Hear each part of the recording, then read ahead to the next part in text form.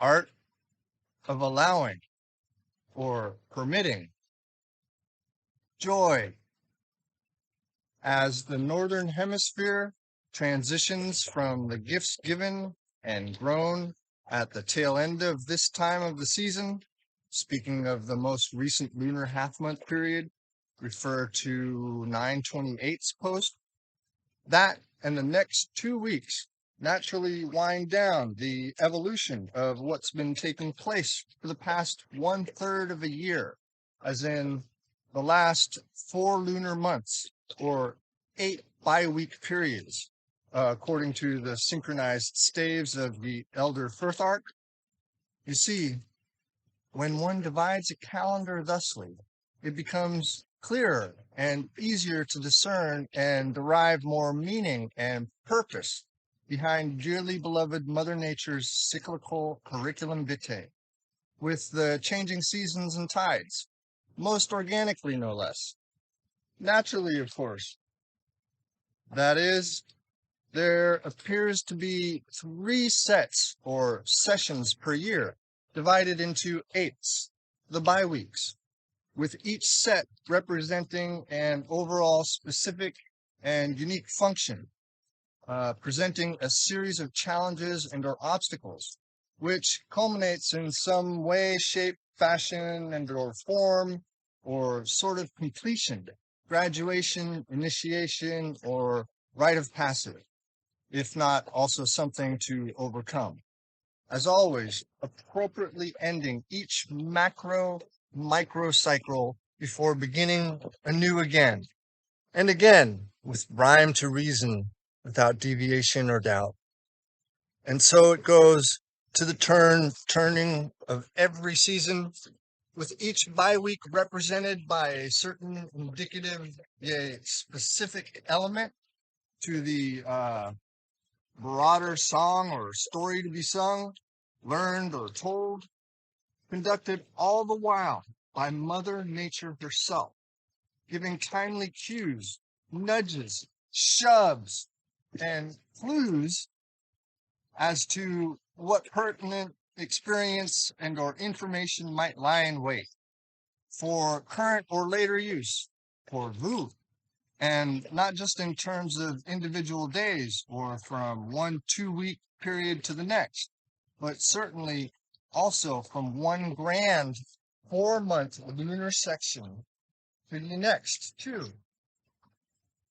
Rest assured, everything that and or which is learned is always summarily tested and retested now and then, just to be sure a and or the lesson sank and or sunk in.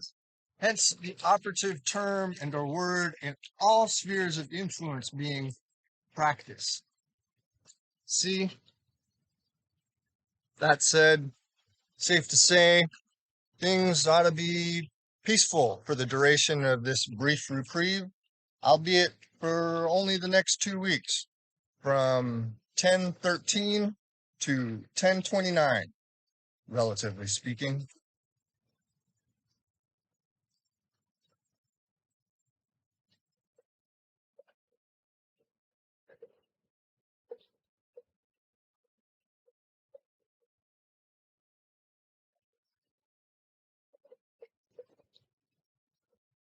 So the gist of this, the first season, or set on the cycling wheel of seasons, as per lovely Luna's motions, is and or was to realize how much work has been done and just how testing or demanding it is of one's abilities and sanity to be a spiritual being in physical form and find some joy and or newfound respect in the individual and collective growth and development process as well.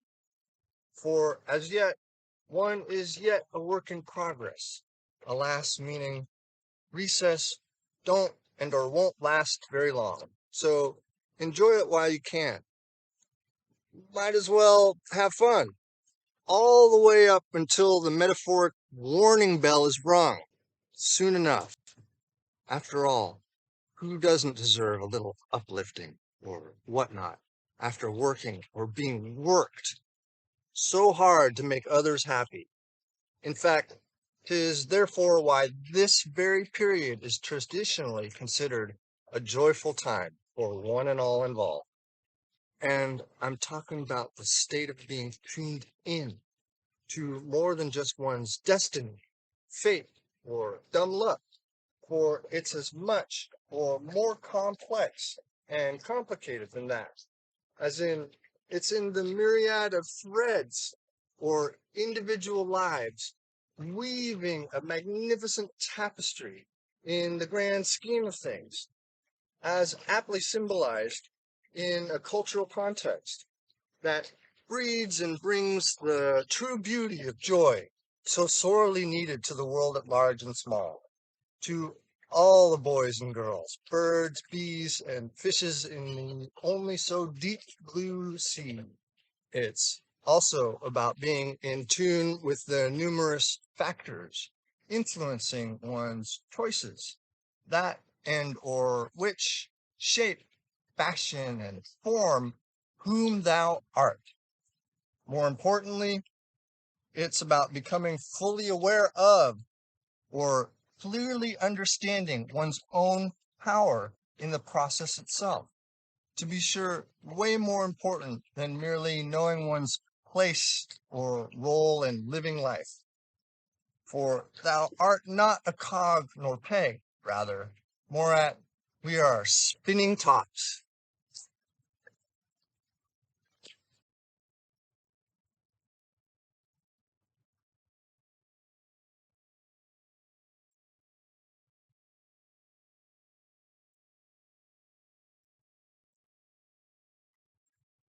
Granted, there'll always be things one can and can't control.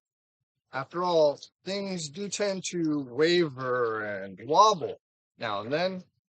Although, when one is in touch or tune with how much and how little one really knows and or has understanding of, as one should, being comfortable enough with either or both ways as to still be fine all the same, such is the way to be and become truly thankful, not to mention divine. Bottom line, joy is both personal and subjective. It's certainly not a given, nor something that can be offered or taken away. Don't be silly. And while some subscribe to the misconceived notion that joy simply floats around in abundance already, or worse yet, thinks that it's some sort of reward or score, rather, the crux of the matter is realizing and or materializing joy at any given place and time. That is, any given place and time, which actually takes being in a state of mind, body, and spirit to see things for what they really are.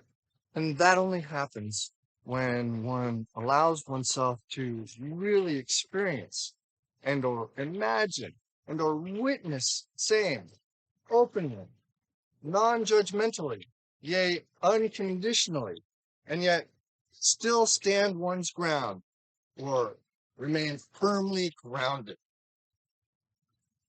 Though happy is only to be found within, joy, on the other hand, is out there for everyone to more readily find and share, dance with, breathe, yea, immerse self in.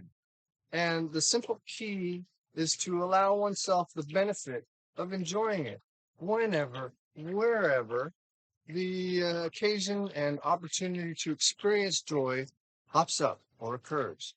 For it is indeed fleet and fleeting, regardless of what has, is, or come what may.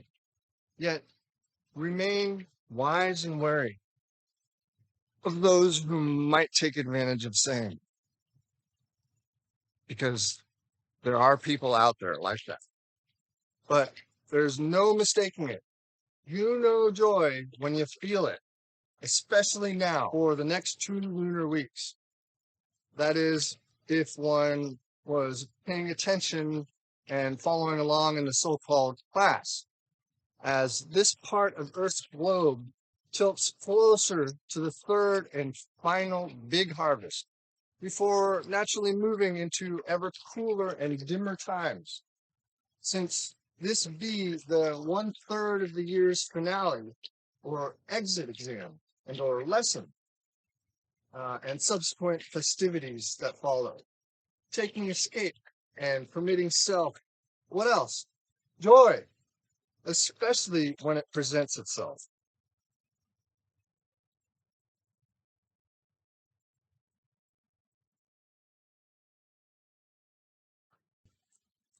How well one does depends upon how well one understood the lessons of the past 4 lunar months, where the overarching exercises and or practices and or tests are and or were meant to give the opportunity to or teach one how to actively fend, forage, and forge ahead for oneself in thy own form and function as a sentient entity, especially in preparation for the imminently approaching cold darkness of winter's dryness or climatologically speaking, as happens every fucking year around the same time and same place. Pupchards. Now, how great is dearly beloved Mother Nature to give us such a consistent rubric and syllabus to follow, huh? She's freaking amazing. And though as told presently, it be an otherwise peaceful timeout, recess, and or respite, her Majesty doth digress sometimes. However, it's purely and simply a matter of tough love, stepping in when attention is called for or reprimand is at hand. In either case, she sends precaution or precautionary tales to heed as a cautionary caveat to this and that mentioned, above as so below. Consider it a form of insurance, secured and backed by none other than the universe itself.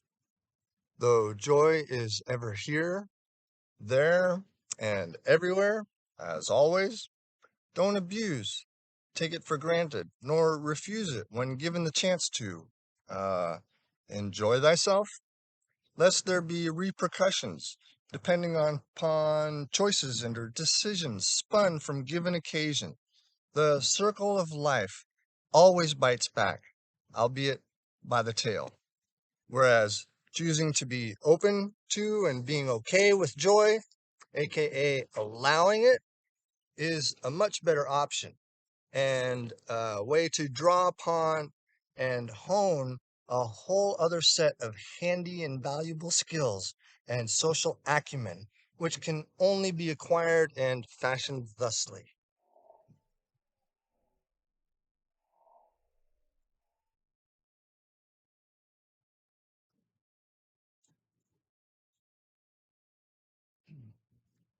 Akin to a Viking celebration, not unlike a good old fashioned barn dance and hoedown, a time to mingle and mix lightheartedly. Think about it a minute for a second or two, and you only got the next 14 days to do so in. 16 when you include the overlapping of lunar periods. Get it? WUNYO.